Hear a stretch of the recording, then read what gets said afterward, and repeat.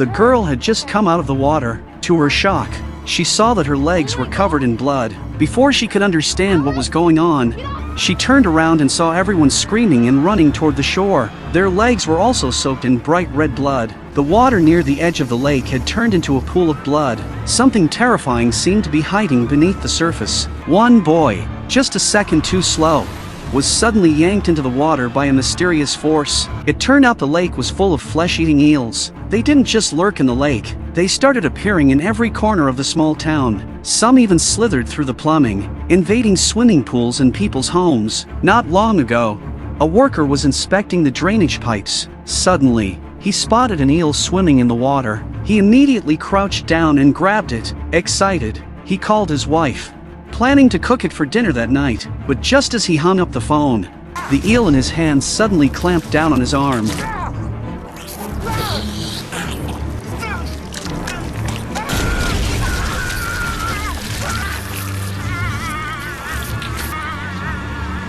Meanwhile, by a nearby creek, an elderly man was getting ready to fish. He was suddenly attacked by one of the eels. A massive eel leapt straight out of the water and latched onto his eye. His dog panicked in terror, helplessly watching as its owner was dragged into the water. Several people had recently gone missing in the town. This quickly drew the attention of the local police. They arrived at the lake to begin their investigation. There, they discovered 2 dead eels. Sheriff Parker grew concerned that the disappearances might be related to the eels. To ensure public safety, he proposed to the mayor that they shut off the dam's water valve. This would prevent the eels from swimming downstream and potentially attacking tourists. However, the mayor didn't take it seriously. It was peak tourist season, and water activities were the town's main source of income. Closing the valve would mean huge financial losses. He refused to believe the eels posed any real threat to the tourists. With that, the mayor hurriedly left the scene. Meanwhile, a swarm of eels was already pouring into the downstream waters through the drainage pipe.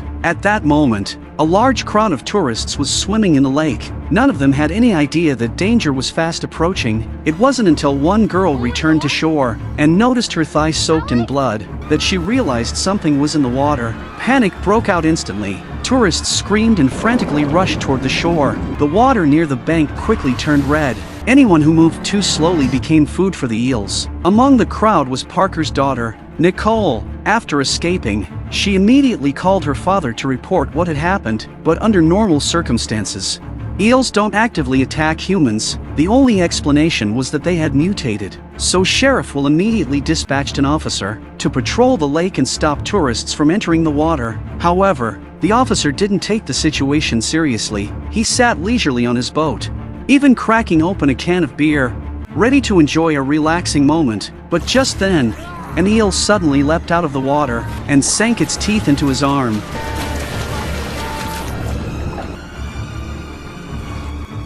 By the time Parker and his partner arrived at the scene, all they saw was an overturned wooden boat, surrounded by terrifying bloodstains. They quickly flipped the boat over to see if the missing officer was trapped underneath. But just then, an eel suddenly lunged at Will. Parker rushed in to help, but the monstrous eel had already latched onto Will's hand. Parker had no choice but to pull out his knife, and finally managed to pry the eel off. Right after, Will received a call from a colleague. Someone had found the officer's body downstream, and it had already been taken back to the station. The two immediately jumped in their car and rushed back to the precinct. At the same time, they called the coroner, telling him to wait until they got back before performing the autopsy. But just then, the coroner noticed the body beginning to twitch. Suddenly, an eel burst out of the stomach and lunged at him. The coroner struggled desperately, trying to fight off the attack, but that wasn't the only eel inside the officer's body. More eels began to pour out, swarming toward the coroner. In the end, he couldn't escape his fate. Hearing his screams, Parker immediately sensed something was wrong. He rushed back to the station, only to find the coroner already lifeless on the floor. The eels had slithered down the floor drain into the pipes. If they made it through the plumbing into people's homes, the consequences would be unimaginable. Realizing the gravity of the situation, Parker had no choice but to call the mayor. When the mayor learned that all of this was caused by the eels, he was utterly incredulous. However, when Parker again urged him to immediately shut down the water activities and the town's water supply system, he was met with the mayor's cold and firm refusal. From the mayor's perspective, the eels weren't that terrifying, they were just food on the human dining table. What concerned him even more was the economic loss to the town, seeing that the mayor completely disregarded the safety of the residents. The two men had no choice but to seek other solutions. So Parker came up with the idea to use the local TV station. He planned to broadcast a live warning to remind residents to stay away from the water. When the mayor saw this, he instantly flew into a rage. He drove straight to Parker's place and unleashed a furious verbal attack on him right then and there. He even fired Parker from his position as sheriff. But what the mayor never expected was that his own reckoning would come so swiftly. Back at his office, he rushed to the bathroom in a panic. Unbeknownst to him, the eels had already slithered through the pipes and into the toilet. By the time he tried to escape, it was too late. In the end, he died in the most humiliating way right there in the bathroom. Meanwhile, on the other side, a girl stepped into the swimming pool, ready to swim, but no sooner had she submerged than she was attacked by eels. Later, Nicole came to the pool with her boyfriend. As the two were about to get close, they suddenly spotted a body in the water. An eel was even crawling out of the girl's mouth. Terrified, they hurried back to shore, but right after, more eels appeared in the pool, starting to gnaw on the corpse. Hearing the screams, Nicole's mother rushed over. The three of them quickly ran back home.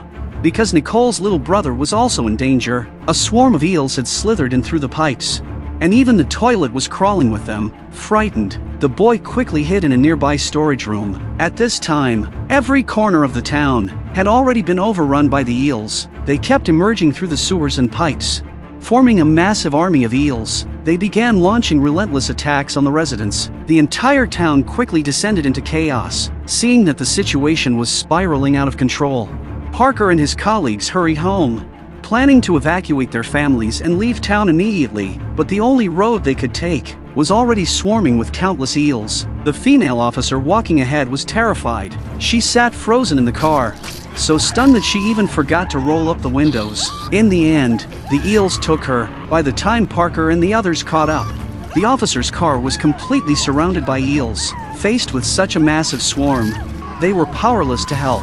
They could only watch helplessly as she was devoured alive. Seeing this, the two didn't dare pause for a moment. They stepped on the gas and sped away, continuing their desperate drive. Meanwhile, Nicole followed her mother back home. Nicole's boyfriend decided to part ways with them because he needed to return home to check on his own family's safety. But after Nicole said goodbye to her boyfriend and stepped inside the house, she discovered that her mother had also been trapped in the bathroom by countless eels while searching for her younger brother. Worried that her daughter might be attacked, her mother urged Nicole to leave immediately. However, Nicole chose not to abandon her mother.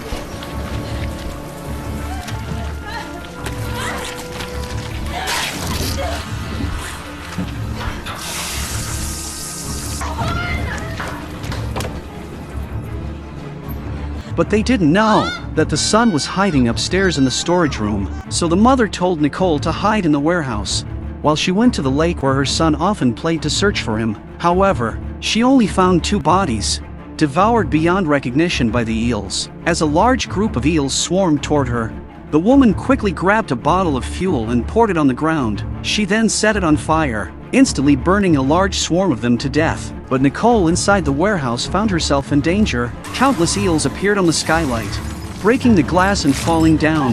In the moment of crisis, Nicole spotted a lawnmower nearby. Without hesitation, she grabbed it and rushed out of the warehouse, fiercely cutting down the eels on the ground. Soon after, her mother returned. She quickly poured fuel on the ground, and after lighting it, created a wall of fire to block the eels' attack. At that moment, Parker finally arrived home. He also found his son trapped inside the storage room, but the house was already overrun by eels. They had to figure out a way to climb up from the outside. Without a ladder, climbing up was extremely difficult. Worse yet, a few eels had already broken through the damaged pipes and entered the storage room. The boy could only fight them off with a baseball bat. At the critical moment, Nicole's boyfriend arrived just in time. His family had already safely left the town, and his car happened to have a ladder on board. Using the ladder, They finally rescued the boy. They hurriedly got into the car and started to escape. But along the way, Parker planned to shut off the water supply system. He wanted to prevent an even greater disaster from happening. For safety reasons,